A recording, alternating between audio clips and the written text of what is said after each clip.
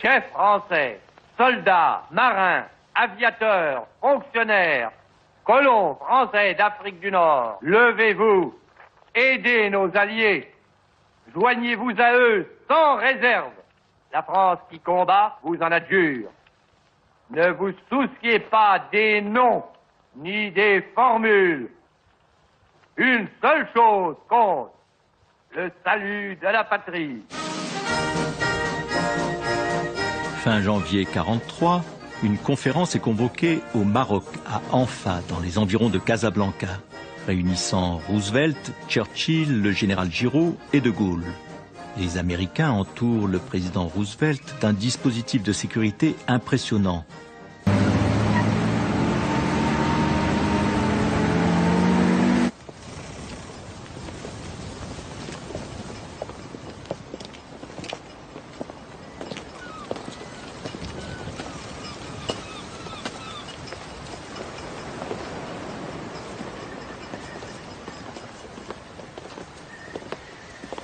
Bonjour, Gaulle. Mes respects, mon général. Messieurs, pendant que ces messieurs font connaissance, nous pourrions nous retirer un instant et procéder à un premier échange de vues. Qu'en pensez-vous, Gaulle? Je suis à votre disposition, mon général. Après vous, Gaulle. Pardonnez-moi, mon général, mais j'aimerais savoir une fois pour toutes comment vous m'appelez. Comment je vous appelle? Mais parbleu, je vous appelle Gaulle. Gaulle. L'usage que je sache est de dire La Rochefoucauld ou Bourbon-Parme, et non point de La Rochefoucauld ou de Bourbon-Parme. Sans doute, mon général, mais vous savez, ma famille est de bien petite noblesse, et à tout prendre, je préfère que vous m'appeliez de Gaulle, puisqu'aussi bien c'est mon nom. Que diriez-vous, mon général, si je vous appelais Ro? Je n'aimerais pas du tout cela.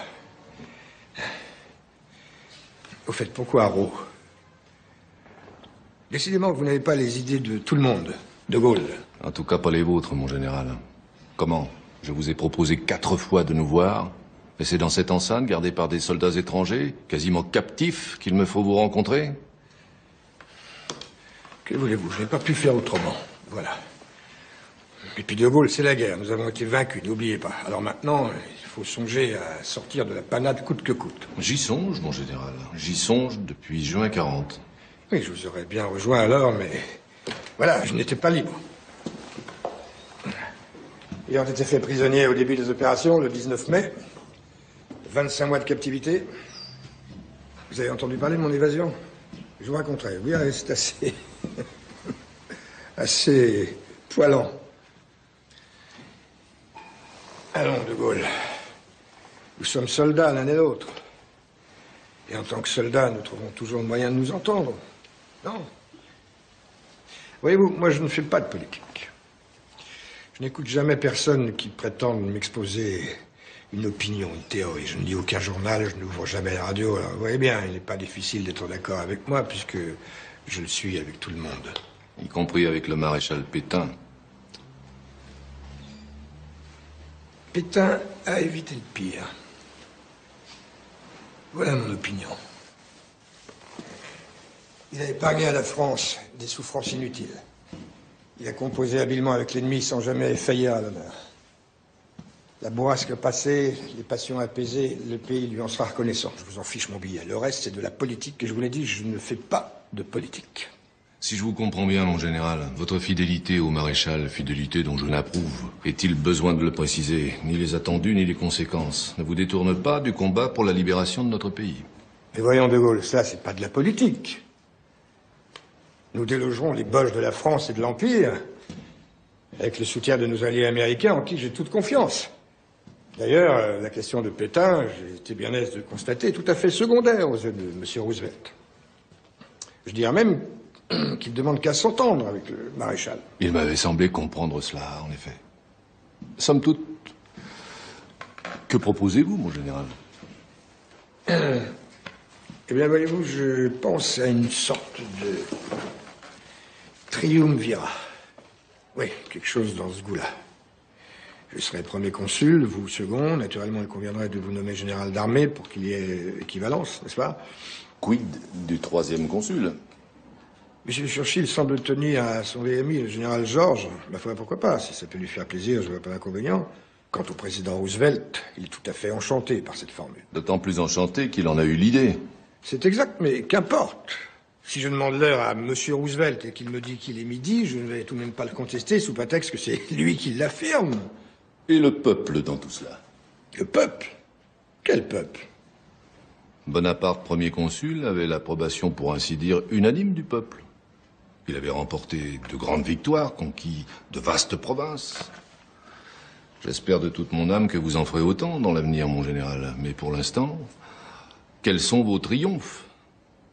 D'où tiendrez-vous cette adhésion populaire sans laquelle il n'est pas de gouvernement qui vaille? Je vous vois venir, de Gaulle. Vous cherchez à m'entraîner sur le terrain politique, mais vous ne m'aurez pas. Je ne fais pas de politique. Combien de fois faudra-t-il vous le dire? Pas de politique. Si vous m'obstaclez, je vous liquiderai, de Gaulle. Eh bien, soit. Je disparaîtrai. Mais au moins le ferai-je dans l'honneur. When you meet Mr. Roosevelt tomorrow, you will see that he and I are in total agreement over this question. Monsieur Churchill dit que vous rencontrerez demain Monsieur Roosevelt et que vous pourrez constater que sur cette question, il existe une certaine identité de vue entre lui-même et le président des États-Unis. Ah, une certaine identité de vue. Total agreement. Une solidarité, une complète solidarité.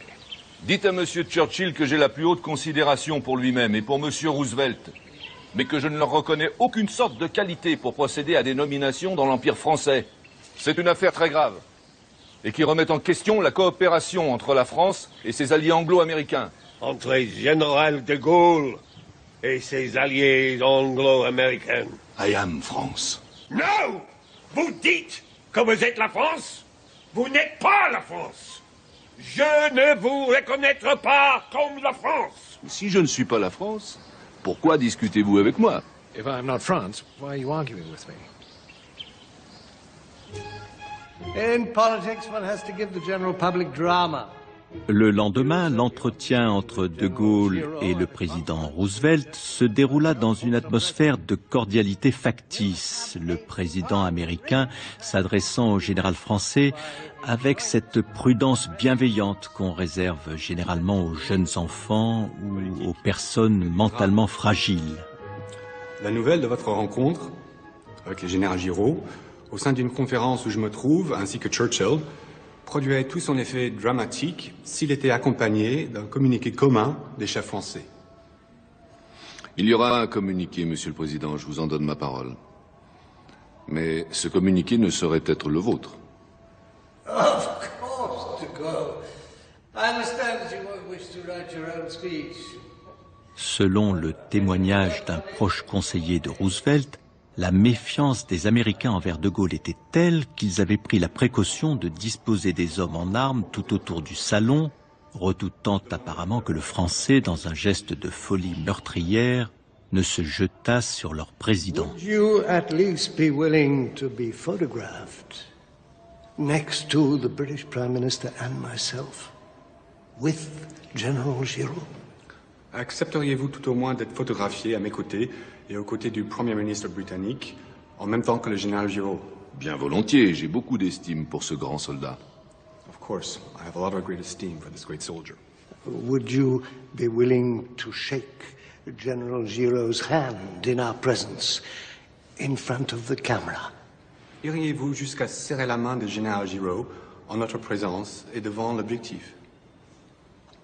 I shall do that for you.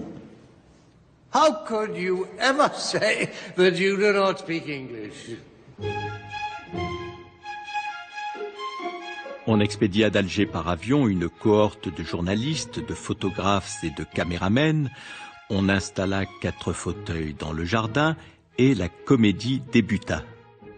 Churchill, dans ses mémoires, écrit qu'on ne peut regarder sans rire les images qui fixent cet événement, même en le replaçant dans le cadre de cette époque tragique.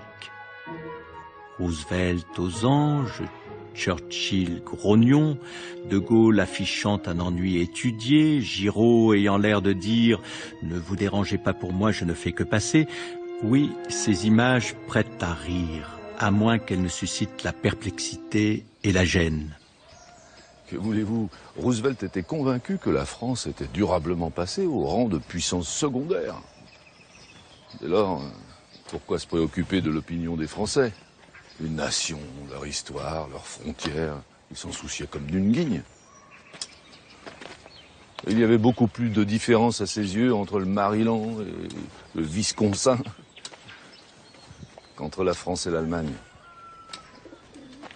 Vous savez, Roosevelt avait de grands projets pour l'Europe. Tailler dans les États, les rabouter à sa façon ne l'aurait pas gêné un instant, si nous l'avions laissé faire.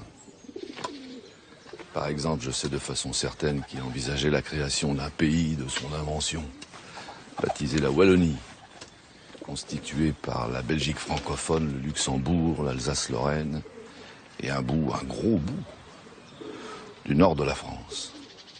Voilà pourquoi il a si longtemps refusé de me reconnaître.